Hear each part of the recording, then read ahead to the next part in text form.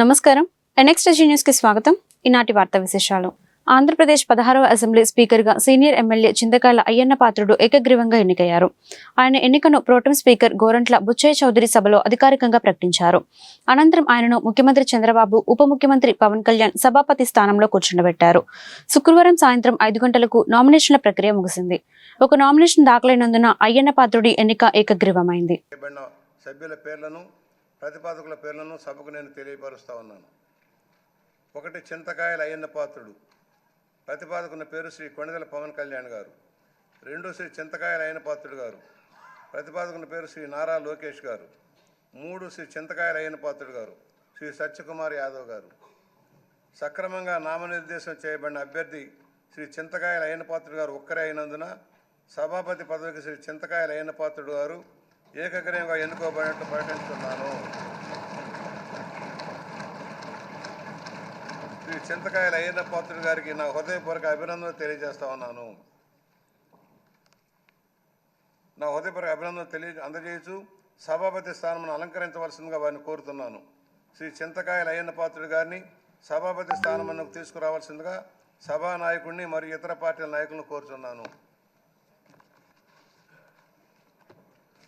ఇది నాకు ఇచ్చేది.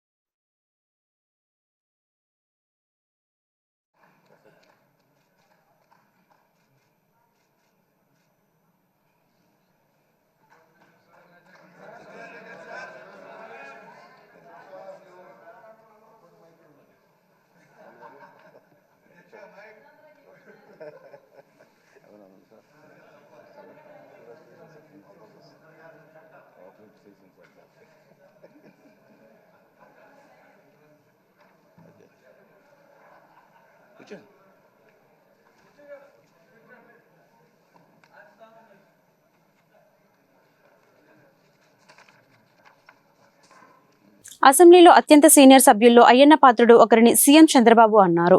స్పీకర్గా అయ్యన్న ఎన్నిక అనంతరం ఆయన మాట్లాడారు. అందరి ఆమోదంతో ఏకగ్రీవంగా ఎన్నిక కావడం సంతోషమన్నారు. ఎన్టీఆర్ పిలుపుతో 25 ఏళ్ల వయసులో అయ్యన్న పాత్రుడు రాజకీయాల్లోకి వచ్చారని తెలిపారు. 7 సార్లు ఎమ్మెల్యే, ఒకసారి ఎంపీగా ఎన్నికయ్యారని గుర్తు చేశారు.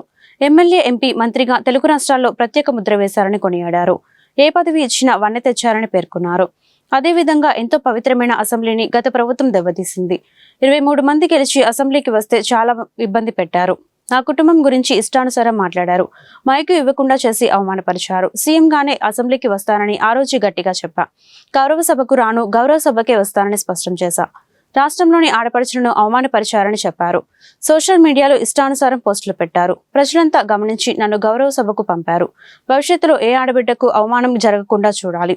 నా గౌరవాన్ని కాపాడిన ప్రజానీకానికి మనస్ఫూర్తిగా ధన్యవాదాలు అని చంద్రబాబు పేర్కొన్నారు. ఏకగ్రీవంగా ఎన్నికైన మీకు నా హృదయపూర్వక అభినందనలు, శుభాకాంక్షలు. ఈరోజు ఇక్కడ చాలామంది కొత్త శాసనసభ్యులు వచ్చారు. ఒకసారి అయ్యన్న పాత్రుడు గారి జీవితాన్ని కూడా ఆలోచించుకోవాల్సిన, మీరందరూ తెలుసుకోవాల్సిన అవసరం ఉంది. మనందరి మారిగానే ఆయన కూడా ఒక హంబుల్ కుటుంబంలో 1957 సెప్టెంబర్ 4వ తారీఖున ఉత్తరాంధ్రలో నర్సీపట్నంలో జన్మించారు. తల్లిదండ్రులు చింతకాయల వరహాల దొర చెల్లాయమ్మ గారు. యువత రాజకీయాల్లోకి రావాలని ఆ రోజు ఎన్టీ రామారావు గారు పార్టీ పెట్టిన మొదట్లో పిలిపిస్తే 25 సంవత్సరాల వయసుండే సమయంలో రాజకీయాల్లోకి వచ్చిన వ్యక్తి అయ్యన్న పాత్రుడు గారు. అక్కడి నుంచి 7 సార్లు ఎమ్మెల్యే అయ్యారు, ఒకసారి ఎంపీ అయ్యారు. ఎమ్మెల్యేగా, ఎంపీగా, మంత్రిగా తెలుగు రాష్ట్రాల్లో తనకంటూ ఒక ప్రత్యేకమైన ముద్ర వేయగలిగారు. ఏ పదవి ఇచ్చినా ఆ పదవికి వన్నె తీసుకొచ్చిన వ్యక్తి అయ్యన్న పాత్రుడు గారు. వారి కుటుంబం కూడా మనం ఆలోచిస్తే కొంతమంది ఫస్ట్ జనరేషన్లో రాజకీయాల్లోకి వస్తారు.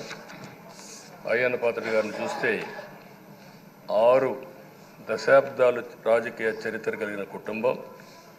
1962లో అయ్యన్న పాత్రుడు గారి తాత లచ్చా పాత్రుడు గారు స్వతంత్ర పార్టీ నుంచి పోటీ చేసి గెలిచారు. స్వాతంత్ర సమరయోధుడు గౌత లచ్చన్న సమకాలికునిగా పనిచేశారు. అదే వారసత్వాన్ని కొనసాగిస్తూ అయ్యన్న పాత్రుడు గారు ఇప్పటివరకు పనిచేస్తున్నారు. 83, 85, 94, 99, 2004, 2014, 2024లో ఎమ్మెల్యేగా విజయం సాధించారు. నర్సీపట్నంలో తెలుగుదేశం పార్టీ పెట్టినప్పటి నుంచి వారే పోటీ చేస్తున్నారు. అది వారి యొక్క ప్రత్యేకత. 7 సార్లు ఎమ్మెల్యే గెలవడం, 16 సంవత్సరాలు మంత్రిగా పనిచేయడం, 1996లో అనకాపల్లి ఎంపీగా గెలుపొంది 2 సంవత్సరాలు అక్కడ పనిచేయడం, తెలుగుదేశం పార్టీ పాలిట్ బ్యూరో సభ్యుడిగా 10 ఏళ్ళు పనిచేశారు. టెక్నికల్ ఎడ్యుకేషన్, రోడ్లు, భవనాల శాఖ, అటవీ శాఖ, పంచాయతీరాజ్ శాఖ మంత్రిగా బాధ్యతలు నిర్వహించారు. 3 సార్లు సుదీర్ఘ రాజకీయ అనుభవం ఉన్న వ్యక్తి స్పీకర్గా రావడం సంతోషమని డిప్యూటీ సీఎం పవన్ కళ్యాణ్ అన్నారు. ఇవాళ్టి నుంచి రాష్ట్ర ప్రజలు అయ్యన్న హుందాతనం చూస్తారని చెప్పారు. అసెంబ్లీలో ప్రసంగించిన పవన్ గత ప్రభుత్వం వ్యక్తిగత దూషణలతో రాష్ట్ర పురోభివృద్ధిని ఆపేసిందన్నారు. భాష మనుషులను కలపడానికే కానీ విడగొట్టడానికి కాదని సూచించారు. ఎంత జటిల సమస్య అయినా చర్చల ద్వారా పరిష్కరించుకోవచ్చని పవన్ కళ్యాణ్ పేర్కొన్నారు.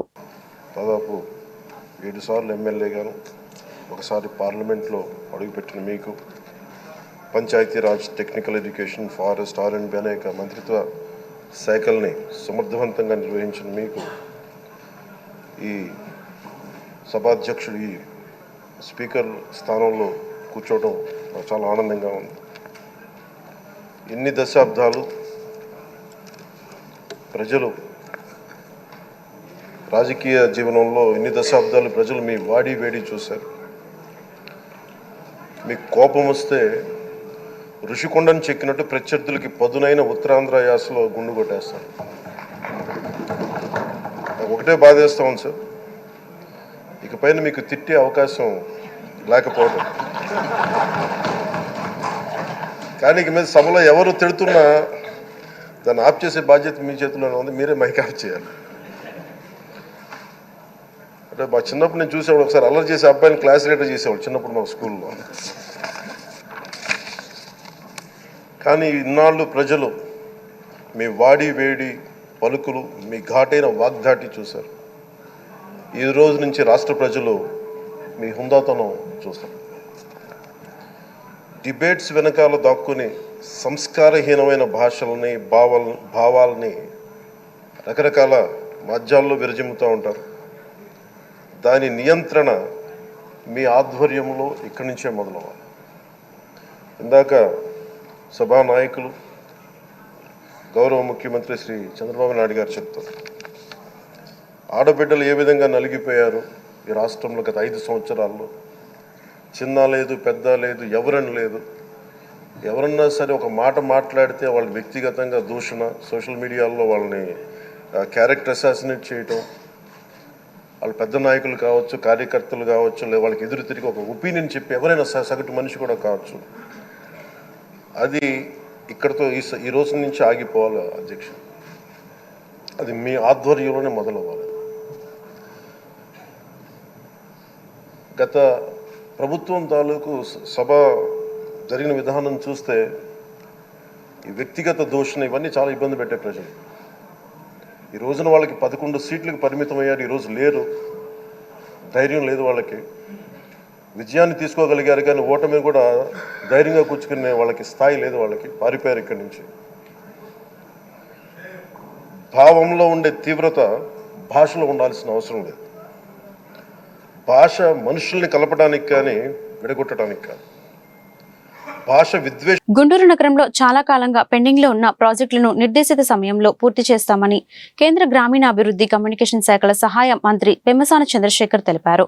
2000 కోట్లతో సుమారు 15 రైల్వే బ్రిడ్జిల పనులను యుద్ధ ప్రాతిపాదికన చేపడతామన్నారు.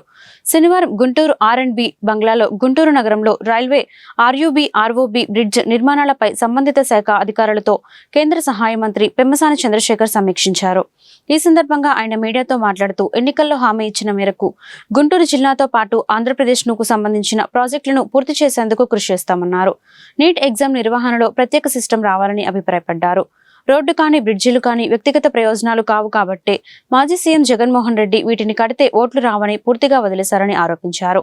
ప్రాధాన్యత క్రమంలో అభివృద్ధి పనులు చేపడతామని వివరించారు.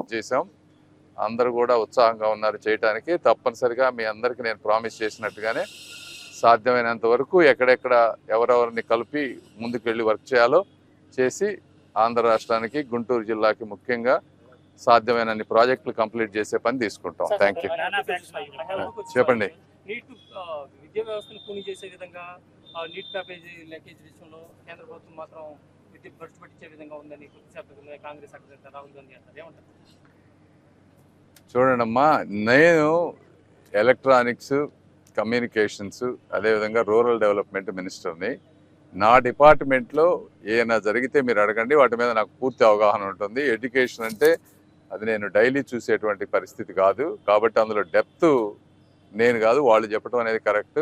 బట్ ఎక్కడైనా సరే చాలా అది ఇన్కన్వీనియన్స్ ఎవరికైనా కూడా. ఇంతమందికి మళ్ళీ ఎగ్జామ్ తీసుకోవాలంటే చాలా ఇన్కన్వీనియన్స్. దీనికి ఏంటంటే ఒక లాంగ్ టర్మ్గా స్ట్రక్చరల్ రీఫార్మ్స్ వచ్చినప్పుడు ఇవన్నీ ఉండవు. అంటే ఒక ఎగ్జామ్ అనేది ఇట్లా కొంతమంది ఎప్పుడైతే కంట్రోల్ చేస్తారో, అవినీతి పరులు ఎక్కడైతే ఉంటారో, ఇవన్నీ కూడా అవినీతికి నిదర్శనాలు. ఎక్కడైనా కానీ అధికారులు కానీ ఒక గవర్నమెంట్ వ్యవస్థలో ఉన్నప్పుడు ఎంత పెద్ద గొప్ప మంత్రి కానీ, ముఖ్యమంత్రి కానీ, ప్రైమ్ మినిస్టర్ కానీ వాళ్ళు ఎంత పనిచేద్దాం అనుకున్నా సిస్టంలో ఉన్న వేలాది మందిని కంట్రోల్ చేయటం ఎవరి వల్ల కాదు. కొంతమంది ఇట్లా జరిగినప్పుడు జరుగుతాయి. ఇవి జరిగినప్పుడు వెంటనే ఎవరి పరిస్థితి అయినా ముందు అలా జరగకుండా ఎటువంటి సిస్టమ్స్ తీసుకురావాలనే దాని మీద ఆలోచిస్తే ఈ బ్లేమ్ అనేది లేకుండా ముందు జనాలకు మంచి జరుగుద్ది అనేది నా ఒపీనియన్ పర్సనల్గా. డెఫినెట్గా మోడీ గారు కానీ, మోదీజీ ఆయన ఎప్పుడు కూడా హార్డ్ వర్క్ ఇవన్నీ చేస్తూ ఉంటారు, ఎక్కడ కరప్షన్ లేకుండా చేయాలని చూస్తారు. కాబట్టి ఆ విధంగానే ముందుకు వెళ్తారని నేను అనుకుంటా ఉన్నాను. ఇదేనమ్మా రోడ్ మ్యాప్ అంటే. ఫస్ట్ ప్రాజెక్టు, ఆ ప్రాజెక్టులు కరెక్ట్ విధానంలో మనం ఎలా చేయాలి, దానికి ఖర్చు ఎంత అవుతుంది, లోకల్ గవర్నమెంట్స్ రెస్పాన్సిబిలిటీ ఏంటి. లక్కీగా కొన్ని ప్రాజెక్ట్స్కి ఈ రోజున రైల్వే ఇంతకుముందు 60-40 అనేది state government, central government funds తోటి మిక్స్డ్ తోటి చేయాల్సినటువంటి పరిస్థితి. మీకు తెలుసు, జగన్మోహన్ రెడ్డి గారు లాస్ట్ 5 సంవత్సరాల్లో స్టేట్ గవర్నమెంట్ నుంచి ఇవి వ్యక్తిగత ప్రయోజనాలు కాదు కాబట్టి, బ్రిడ్జ్లు కానీ రోడ్లు కానీ వ్యక్తిగత ప్రయోజనాలు కాదు, రోడ్లు వీటిని కడితే ఓట్లు రావు అనే ఉద్దేశంతో వాటిని పూర్తిగా వదిలేశారు. ఇప్పుడు కొంత సెంట్రల్ గవర్నమెంట్లో కూడా ఎక్కువ బడ్జెట్ సెంట్రల్ గవర్నమెంట్ వచ్చే అవకాశం ఉంది కాబట్టి ఎక్కడెక్కడ అవకాశం ఉన్నా కూడా అవన్నీ చేసే పని చేయబోతున్నాం. ఇవన్నీ కూడా టైం బౌండ్. ఏదైనా DPRకి కానీ ఇంకో దానికి కానీ ప్రతి ఒక్కరికి. రాష్ట్రంలో కొత్తగా 40,336 వ్యవసాయ విద్యుత్ కనెక్షన్లు మంజూరు చేస్తూ రాష్ట్ర ఇంధన శాఖ మంత్రి గొట్టిపాటి రవికుమార్ తొలి సంతకం చేశారు. ఏపీ సచివాలయంలో శనివారం ఆయన ఇంధన శాఖ మంత్రిగా బాధ్యతలు చేపట్టారు. ప్రభుత్వ కార్యాలయాలకు దశల వారీగా సోలార్ విద్యుత్ కనెక్షన్ల మంజూరుకు సంబంధించిన దస్తరంపై 2వ సంతకం చేశారు. ప్రధానమంత్రి సూర్యఘర్ పథకంలో భాగంగా ఇంటింటికి 3 కిలోవాట్ల సోలార్ విద్యుత్ అందించే ఫైళ్లపై 3వ సంతకం చేశారు. రాష్ట్రంలో విద్యుత్ సరఫరా డిమాండ్లపై ప్రత్యేక దృష్టి సారిస్తామన్నారు. దేశంలో విద్యుత్ సంస్కరణను మొదటిగా ప్రారంభించింది చంద్రబాబేనని అన్నారు. దేశంలోనే అత్యుత్తమంగా ఏపీ విద్యుత్ శాఖను తీర్చిదిద్దుతామని స్పష్టం చేశారు. గత ప్రభుత్వం విద్యుత్ శాఖను అస్తవ్యస్తంగా మార్చిందని 9 సార్లు విద్యుత్ ఛార్జీ పెంచి భారం మోపిందన్నారు. దృష్టి పెట్టాం. మొదటగా దాదాపు 44,500 మంది రైతులకి అగ్రికల్చర్ కనెక్షన్స్ ఇవ్వాలని చెప్పి మొదటి సంతకం పెట్టాము. రెండోది వచ్చేసరికి చాలా కాలం నుంచి గవర్నమెంట్ బిల్డింగ్స్, గవర్నమెంట్ వాళ్ళు కరెంటు బిల్లులు కట్టి కరెంటు బిల్లులు కట్టలేక ప్రతిసారి కూడా గవర్నమెంట్ కరెంటు బిల్లు పంచాయతీలకి కరెంటు బిల్లు కట్ చేస్తూ ఉన్నారు. అవన్నీ లేకుండా రాబోయే రోజుల్లో ప్రతి గవర్నమెంట్ ఆఫీస్ పైన సోలార్ తోటి పవర్ తీసుకురావాలనే ఒక మంచి ఉద్దేశంతో ఒక కమిటీ చేశాం. 15 రోజుల్లో కమిటీ దాన్ని రివ్యూ చేసి ఇస్తూ ఉంటారు. అవన్నీ కూడా రాబోయే రోజుల్లో మొత్తం గవర్నమెంట్ బిల్డింగ్స్ అన్ని కూడా సోలార్ తో చేయాలనేది ఒక మంచి కార్యక్రమాన్ని తీసుకున్నాం. ప్రైమ్ మినిస్టర్ గారు ఫిబ్రవరిలో ఒక కార్యక్రమం ఓపెన్ చేశారు. తద్వారా ఎవ్రీ హౌస్ హోల్డర్ కి 3 కిలోవాట్స్ దాకా మనం కరెంటు. గుంటూరు తూర్పు నియోజకవర్గంలోని వెల్ఫేర్ సెంటర్లో తక్షణమే ప్రభుత్వ ఆసుపత్రి నిర్మాణం చేపట్టాలని సిపిఐ నేతలు డిమాండ్ చేశారు. ఈ మేరకు వెల్ఫేర్ సెంటర్లోని స్థలంలో శనివారం ఆందోళన చేపట్టి నిరసన వ్యక్తం చేశారు. ఈ కార్యక్రమంలో సిపిఐ నగర కార్యదర్శి మాల్యాద్రి వలి తదితరులు పాల్గొన్నారు. ప్రభుత్వ ఆసుపత్రి నిర్మాణం కోసం గతంలో 6 ఎకరాల స్థలాన్ని కేటాయించినప్పటికీ నిర్మాణాలు చేపట్టలేదని వారు గుర్తు చేశారు. ఇప్పటికైనా ప్రభుత్వం స్పందించి నిధులను విడుదల చేయాలన్నారు. ప్రభుత్వ ఆసుపత్రితో పాటు స్కూల్స్, వాకింగ్ ట్రాక్ ఏర్పాటు చేయాలని వారు డిమాండ్ చేశారు. ఏర్పాటు చేయాలి. వెల్ఫేర్ సెంటర్ లో గతంలో చంద్రబాబు గారు కేటాయించిన 6 ఎకరాల ప్రభుత్వ స్థలంలో ప్రభుత్వ ఆసుపత్రి నిర్మాణాన్ని వెంటనే పోరాడతాం. 6 ఎకరాల ప్రభుత్వ ఆసుపత్రి నిర్మించేంత వరకు పోరాడతాం. వెల్ఫేర్ సెంటర్ లో హాస్పిటల్ మరియు వాకింగ్ ట్రాక్ నిర్మించేంత వరకు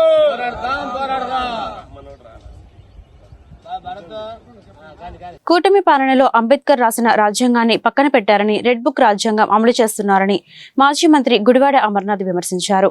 వైఎస్ఆర్సీపీ కార్యాలయాలను ఏపీ ప్రభుత్వం టార్గెట్ చేయడంపై శనివారం ఉదయం విశాఖలో ఆయన మీడియాతో మాట్లాడారు. ఏపీలో కూటమి సర్కార్ సాగిస్తున్న పాలన దేనికి సంకేతం?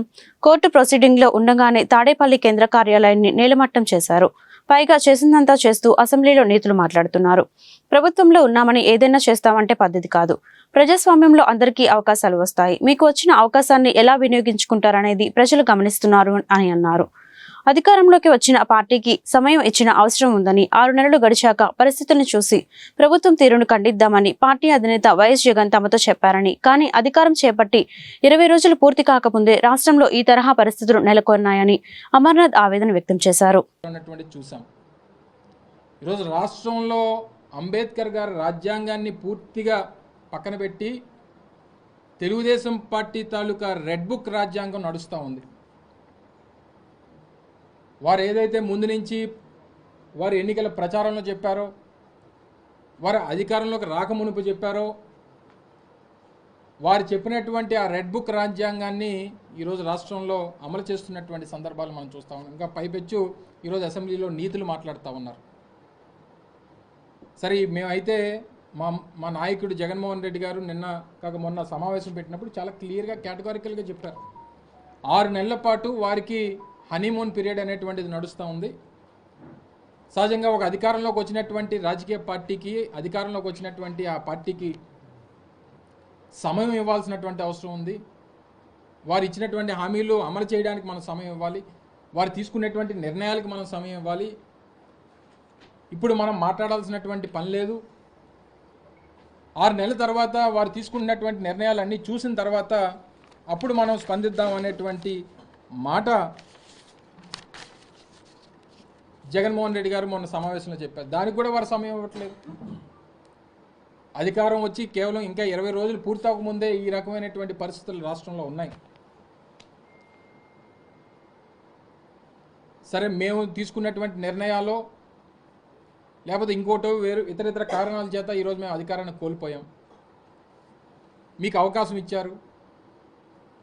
మీకు ఇచ్చినటువంటి అవకాశాన్ని సద్వినియోగం చేసుకోవాలి. కన్స్ట్రక్టివ్గా రాష్ట్రాన్ని ముందుకు తీసుకెళ్లాలనేటువంటి ప్రయత్నం చేయాలి తప్ప ఈ రకమైనటువంటి నిర్ణయాలు ఒకవేళ నిజంగా మేము ఆ రోజు నిర్ణయం తీసుకొని ఉంటే ఈరోజు తెలుగుదేశం పార్టీకి ఉన్నటువంటి కేంద్ర కార్యాలయం మంగళగిరిలో అది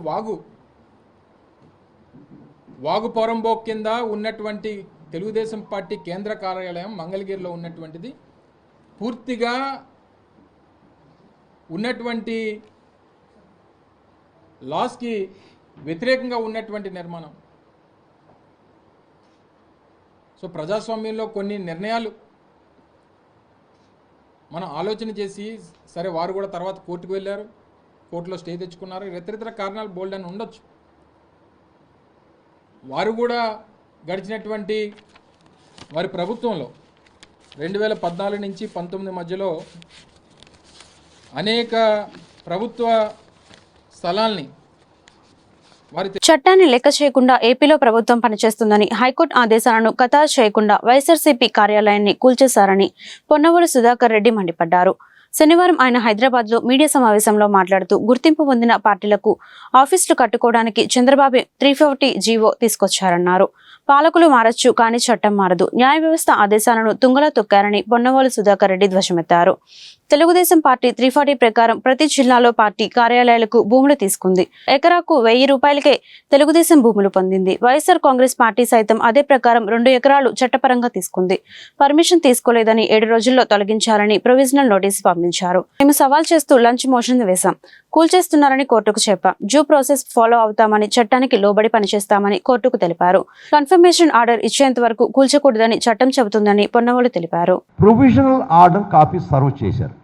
దాని మీద కోర్టుకు పోయినాం. దాంతో ప్రొవిజనల్ ఆర్డర్ బేస్ చేసుకొని మీకు డెమాలిష్ చేసే హక్కు లేదు. సెక్షన్ 115 సిఆర్డిఏ యాక్ట్ ఏం చెప్తుందంటే, అంటే డ్యూ ప్రాసెస్ ఆఫ్ లా వాళ్ళు ఫాలో కానటువంటిది. వాళ్ళు కోర్టులో చెప్పింది due process of law follow అవుతామని చెప్పారు. సెక్షన్ 115 కింద మా ఎక్స్ప్లెనేషన్ అడగాల. మేము ఎక్స్ప్లెనేషన్ ఇవ్వడం కూడా జరిగింది.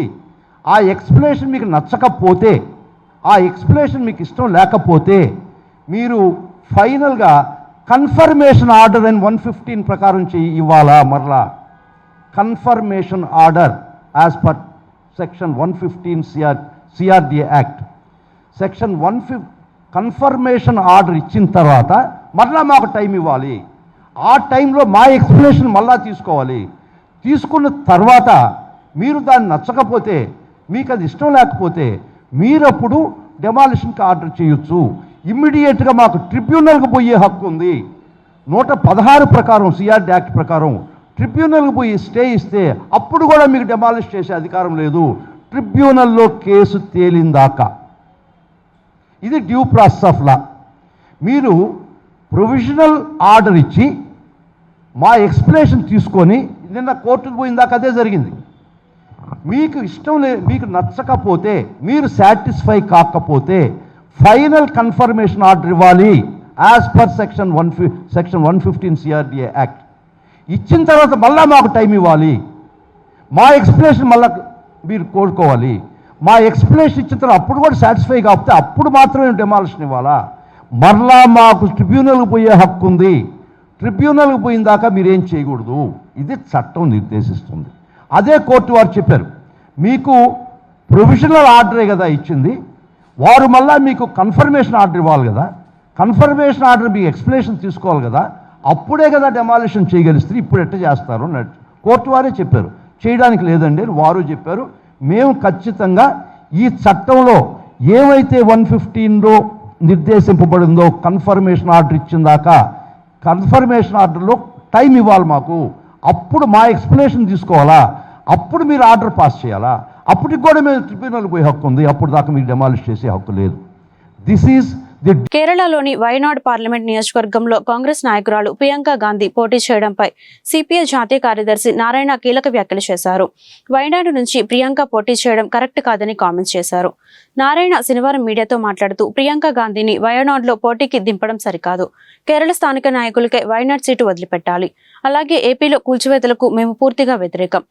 కక్ష సాధింపు చర్యలకు పాల్పడవద్దు. ప్రభుత్వం చట్టపరంగానే వ్యవహరించాలి అని కామెంట్స్ చేశారు. ఇక కాంగ్రెస్ నేత రాహుల్ గాంధీ లోక్సభ ఎన్నికల్లో భాగంగా వయనాడ్ రాయ్బరేలీ నుంచి ఎంపీగా విజయం సాధించారు.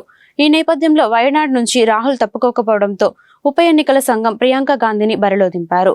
ఇదిలా ఉండగా ఇండియా కూటమిలో సిపిఐ భాగంగా ఉన్న విషయం తెలిసిందే. ఈ వార్తలు ఇంతటితో సమాప్తం. నమస్కారం.